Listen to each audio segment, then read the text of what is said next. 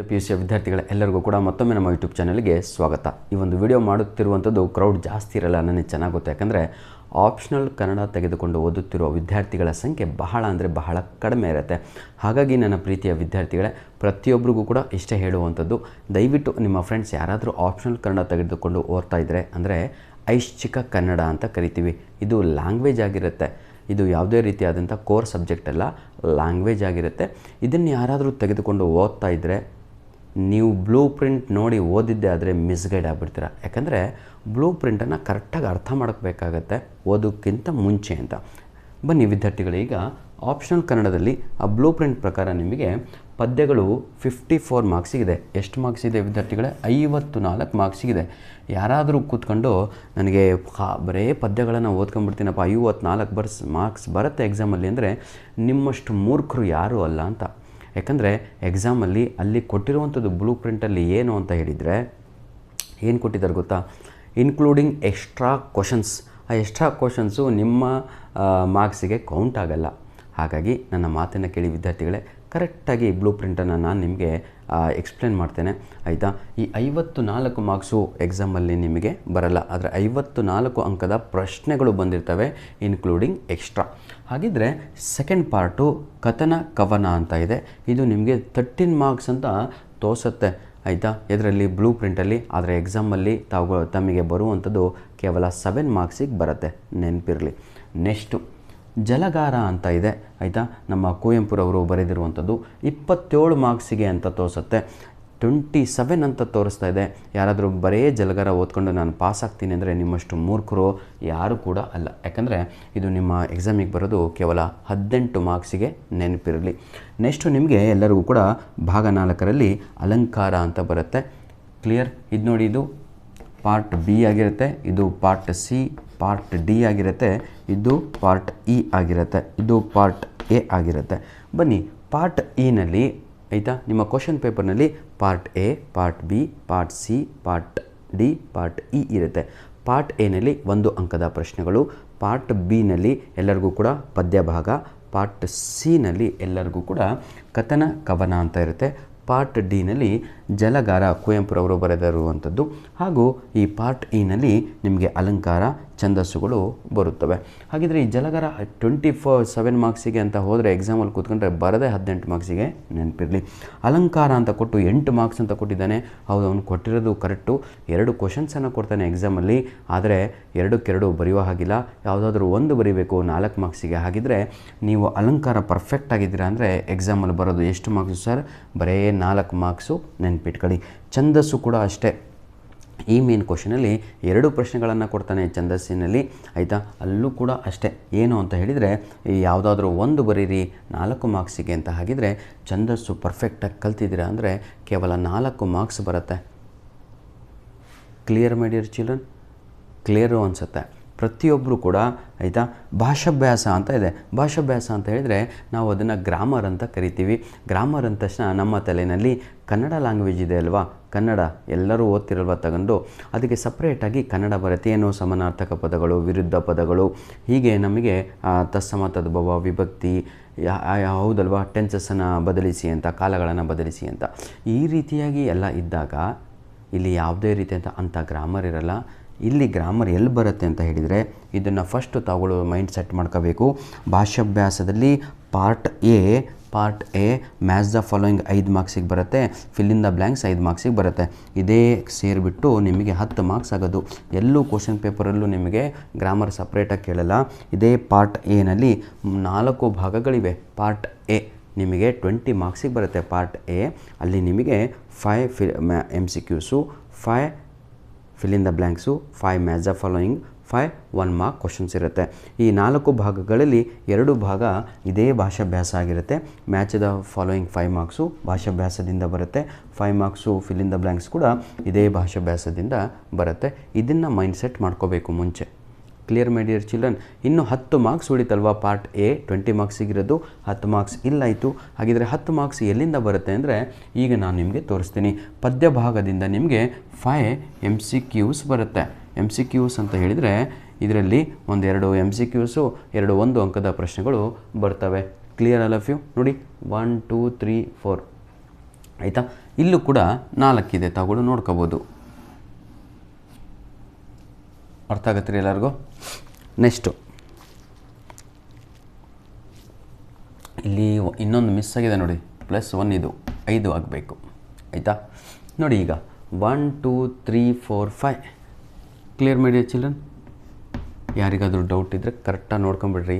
ಯಾಕಂದರೆ 54 ಮಾರ್ಕ್ಸ್ ಅಂದ್ಕೊಂಡು ಬರೀ ಪದ್ಯಗಳನ್ನು ಓದ್ಕೊಂಡು ಹೋದರೆ ಆ್ಯನ್ಯುವಲ್ ಎಕ್ಸಾಮಲ್ಲಿ ನಿಮಗೆ ಬರುವಂಥದ್ದು ಕೇವಲ 37 ಅಂಕಗಳು, ಜಾಸ್ತಿ ಬರಲ್ಲ. ನಾನು ನಿಮ್ಗೆ ತೋರಿಸ್ತೇನೆ ನೋಡಿ. ಪದ್ಯಗಳಿಂದ ನಿಮಗೆ 5 1 ಅಂಕದ ಪ್ರಶ್ನೆಗಳು ಬರ್ತವೆ, ಹಾಗೂ 2 ಅಂಕದ 4 ಪ್ರಶ್ನೆಗಳನ್ನು ತಾವುಗಳು ಎಕ್ಸಾಮಲ್ಲಿ ಬರಿಬೇಕು. ಕಂಪಲ್ಸರಿಯಾಗಿ ಬರಿಬೇಕು. ಎಷ್ಟು? 2 ಅಂಕದ 4 ಪ್ರಶ್ನೆಗಳು ಬರಿಬೇಕು. ಕ್ಲಿಯರ್? ಎಲ್ಲರದ್ದು ಕೂಡ ಬೋರ್ಡ್ ಮೇಲೆ ಕಾಣ್ತದೆ ನೋಡಿ. 1 2 3 4 4 ಅಂಕದ ಕ್ಲಿಯರ್. 2 ಅಂಕದ 4 ಪ್ರಶ್ನೆಗಳನ್ನು ತಾವುಗಳು ಅಟೆಂಡ್ ಮಾಡಬೇಕು. ಬರ್ತಾಯಿದೆ. ನೆಕ್ಸ್ಟು 3 ಅಂಕದ 4 ಪ್ರಶ್ನೆಗಳನ್ನು ನಿಮ್ಮ ಎಕ್ಸಾಮಲ್ಲಿ ಬರಿಬೇಕು. ಕಾಣ್ತಾ ಇದೆ ಅಂದ್ಕೊಂಡಿದ್ದೀನಿ ಎಲ್ಲರಿಗೂ ಕೂಡ. ಕ್ಲಿಯರ್ ಅಲ್ಲ ಫ್ಯೂ? ನೆಕ್ಸ್ಟು ಲಾಂಗ್ ಕ್ವಶನ್ಸ್ ಅಂತ ಕರಿತೀವಿ. ಇಲ್ಲೂ ಕೂಡ ಅಷ್ಟೇ 2 4 ಅಂಕದ ಪ್ರಶ್ನೆಗಳನ್ನು ಬರಿಬೇಕು. ರೆಡಿ ಇದೆ. ನೆಕ್ಸ್ಟು ಇದನ್ನು ನಾವು ಸಂದರ್ಭದೊಡನೆ ವಿವರಿಸಿ ಅಂತ ಕರಿತೀವಿ. ಈಗ ಇದನ್ನು ಅಷ್ಟು ಟೋಟಲ್ ಮಾಡಿದರೆ ಪ್ರೀತಿಯ ವಿದ್ಯಾರ್ಥಿಗಳೇ, ನಮಗೆ ಬರುತ್ತಿರುವಂಥದ್ದು ಕೇವಲ 37 ಅಂಕಗಳು, 37. ನೋಡಿ ಇಲ್ಲಿ 1 2 3 4 5 5 + 8 ಎಷ್ಟಾಯಿತು? 13 ಆಯಿತು. 13 + 1 2 3 4 12 ಎಷ್ಟಾಯಿತು? 15 25. 25 + 12 37 marks. What does it mean? ನಿಮಗೆ 54 ಮಾರ್ಕ್ಸಿಗೆ ಕ್ವಶನ್ ಪೇಪರ್ ಇರುತ್ತೆ, ಆದರೆ ಉತ್ತರಗಳು ಬರೆದಾಗ ಎಕ್ಸ್ಟ್ರಾ ಕ್ವಶನ್ಸ್ ಎಲ್ಲ ಡಿಲೀಟ್ ಮಾಡಿ ಕರೆಕ್ಟಾಗಿ ಬರೆದಾಗ ಬರುತ್ತಿರುವಂಥದ್ದು ಕೇವಲ 37. ಇದರಿಂದ ನಿಮಗೇನು ಅರ್ಥ ಆಗುತ್ತೆ ಅಂದರೆ, ಬರೇ ಪದ್ಯಗಳನ್ನು ಓದೋದ್ರಿಂದ ನಿಮಗೆ ಎಕ್ಸಾಮಲ್ಲಿ ಬರೇ 37 ಮಾರ್ಕ್ಸ್ ಮಾತ್ರ ಬರುತ್ತೆ. ಇದನ್ನು ತಾವುಗಳು ಮೈಂಡ್ಸೆಟ್ ಮಾಡ್ಕೋಬೇಕು. ಈ ಒಂದು ವಿಡಿಯೋ ಮಾಡುತ್ತಿರುವಂಥದ್ದು ನಿಮ್ಮ ಪ್ರಿಪೇಟ್ರಿ 1ಗೆ, ಪ್ರಿಪೇಟ್ರಿ 2ಕ್ಕೆ ಹಾಗೂ ನಿಮ್ಮ ಆ್ಯನ್ಯುವಲ್ ಎಕ್ಸಾಮಿಗೆ ಆಗಿರುತ್ತೆ. ನನಗೆ ಚೆನ್ನಾಗಿ ಗೊತ್ತು, ಕ್ರೌಡ್ ಭಾಳ ಕಡಿಮೆ ಇರುತ್ತೆ, ಯಾರೂ ಕೂಡ ಆಪ್ಷನ್ ಕನ್ನಡ ತೆಗೆದುಕೊಂಡು ಓದ್ತಾ ಇರಲ್ಲ. ಆದರೂ ಕೂಡ ನನ್ನ ಕರ್ತವ್ಯ ಒಬ್ಬ ಹುಡುಗನಿಗಾದರೂ ಹೆಲ್ಪ್ ಆಗಲಿ ಅಂತ ಉದ್ದೇಶ. ಈ ಒಂದು ವಿಡಿಯೋ ನಮ್ಮ ಟೀಚರ್ಸಿಗೂ ಆಗಿರುತ್ತೆ, ನಮ್ಮ ವಿದ್ಯಾರ್ಥಿಗಳಿಗೂ ಕೂಡ ಆಗಿರುತ್ತೆ ಈ ವರ್ಷದ. ನೆಕ್ಸ್ಟು ಕಥನ ಕವನ ಅಂತ ಇದೆ. 13 ಮಾರ್ಕ್ಸ್ ಅಂತ ನಿಮ್ಮ ಬ್ಲೂ ಪ್ರಿಂಟಲ್ಲಿದೆ. 13 ಅಂಕಗಳು ಬರ್ತವೆ ಅಂತ.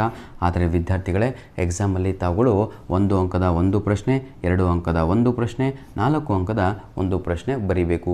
ಏನು ಸರ್ ಎಲ್ಲ ಸುಳ್ಳು ಹೇಳ್ತೀರಾ? ಇಲ್ಲ, ಕ್ವಶನ್ ಪೇಪರ್ ತಗೊಂಡು ನೀವು ಬೇಕಾದ್ರೆ ಪಾರ್ಟ್ ಸಿಯನ್ನು ನೋಡಿ, 4 ಅಂಕದ 2 ಪ್ರಶ್ನೆಗಳನ್ನು ಕೊಟ್ಟು 1ಕ್ಕೆ ಮಾತ್ರ ಉತ್ತರಿಸಿ ಅಂತ ಇದೆ. 1ಕ್ಕೆ ಉತ್ತರಿಸಿದರೆ ಎಷ್ಟು ಮಾರ್ಕ್ಸ್ ಬರುತ್ತೆ? 4 ಮಾರ್ಕ್ಸ್ ಬರುತ್ತೆ. ಹಾಗೆ 2 ಅಂಕದ 2 ಪ್ರಶ್ನೆಗಳನ್ನು ಕೊಟ್ಟು 1ಕ್ಕೆ ಮಾತ್ರ ಉತ್ತರಿಸಿ ಅಂತ, ಹಾಗಿದ್ರೆ 2 ಮಾರ್ಕ್ಸು. ಟೋಟಲ್ ಮಾರ್ಕ್ಸು 2 4 ಎಷ್ಟಾಯಿತು? 6 1 7. ಬರೀ 7 ಮಾರ್ಕ್ಸ್ ಬರುತ್ತೆ ನಿಮಗೆ. ಯಾವುದು? ಕಥನ ಕವನದಿಂದ ಆ್ಯನ್ಯುವಲ್ ಎಕ್ಸಾಮಲ್ಲಿ ಪ್ರಿಪೇಟ್ರಿನಲ್ಲಿ 7 ಮಾರ್ಕ್ಸು ತಾವುಗಳು ಸ್ಕೋರ್ ಮಾಡ್ಬೋದು, ಫುಲ್ ರೆಡಿ ಇದ್ದರೆ. ಜಲಗಾರ ಕುವೆಂಪುರವರು ಬರೆದಿರುವಂಥದ್ದು 27 ಮಾರ್ಕ್ಸ್ ಅಂತ ಬ್ಲೂ ಪ್ರಿಂಟಲ್ಲಿದೆ. ಹಾಗಿದ್ರೆ ಜಲಗಾರ ಓದ್ಕೊಂಡು ಹೋದರೆ 27 ಮಾರ್ಕ್ಸ್ ಬರುತ್ತಾ? ಬರಲ್ಲ. ಯಾಕೆ ಬರಲ್ಲ ನೋಡಿ, ಈಗ ತೋರಿಸ್ಕೊಡ್ತೇನೆ ನೋಡಿ. ಈಗ ವಿದ್ಯಾರ್ಥಿಗಳೇ, 4 ಆಯಿತಾ, ನಿಮಗೆ ಇಲ್ಲಿ 1 ಮಾರ್ಕ್ಸ್ ಕ್ವಶನ್ ಸಿಕ್ತು. 2 ಅಂಕದ 2 ಪ್ರಶ್ನೆಗಳು ಹಾಗೂ 3 ಅಂಕದ 2 ಹಾಗೂ 1 ಅಂಕದ 1 ಪ್ರಶ್ನೆ ನಿಮಗಿಲ್ಲಿ ಸಿಕ್ತು. ಇದನ್ನಷ್ಟು ಕೌಂಟ್ ಮಾಡಿದಾಗ ನಮಗೆ ಇದಿಷ್ಟು ನೀವು ಎಕ್ಸಾಮಲ್ಲಿ ಬರೀಬೇಕು ನೋಡಿ.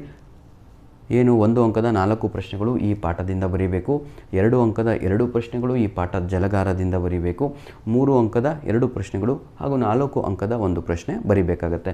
ಇದಿಷ್ಟು ಟೋಟಲ್ ಮಾಡಿದರೆ ನೀವು ಇಲ್ಲ ನೋಡಿ, 3 + 3 6 + 4 10 14 + 4 18 18 ಮಾರ್ಕ್ಸ್ ಆಯಿತು. ಹಾಗಿದ್ರೆ ಕುವೆಂಪುರವರು ಬರೆದಿರುವ ಜಲಗಾರ ಮಾತ್ರ ಓದ್ಕೊಂಡು ಹೋದರೆ ಆಯಿತಾ, ನಿಮ್ಮ ಲ್ಯಾಂಗ್ವೇಜು ಬರೀ 18 ಮಾರ್ಕ್ಸ್ ಸ್ಕೋರ್ ಮಾಡ್ಬೋದು.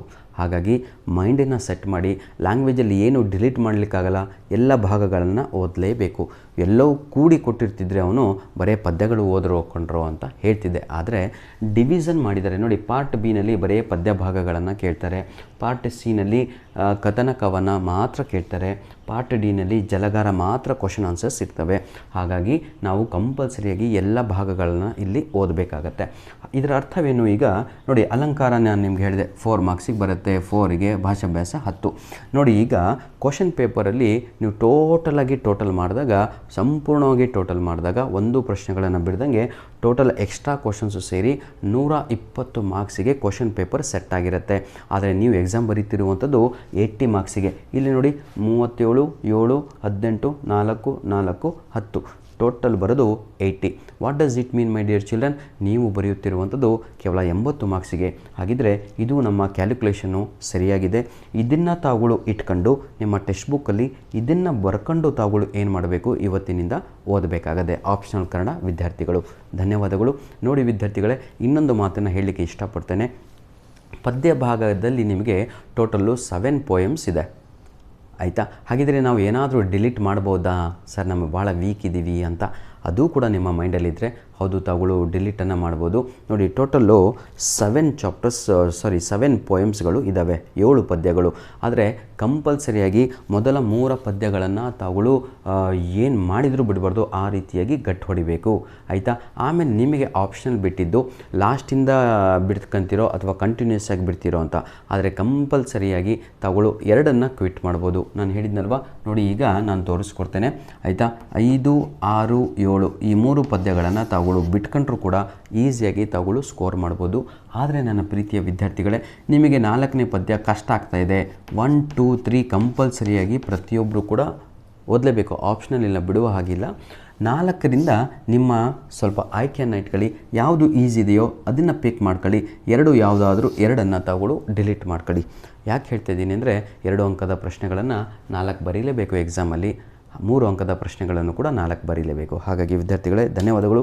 ಹೋಪ್ ಈ ಒಂದು ವಿಡಿಯೋಯಿಂದ ಯಾರಿಗೂ ಕೂಡ ಆಯಿತಾ ಕಡಿಮೆ ಅಂಕ ಬರಲ್ಲ. ನಿಮ್ಮ ಮೈಂಡಲ್ಲಿದ್ದಂತಹ ಗೊಂದಲಗಳು ಎಲ್ಲ ಕ್ಲಿಯರ್ ಆಗಿದೆ ಅಂದ್ಕೊಂಡಿದ್ದೇನೆ.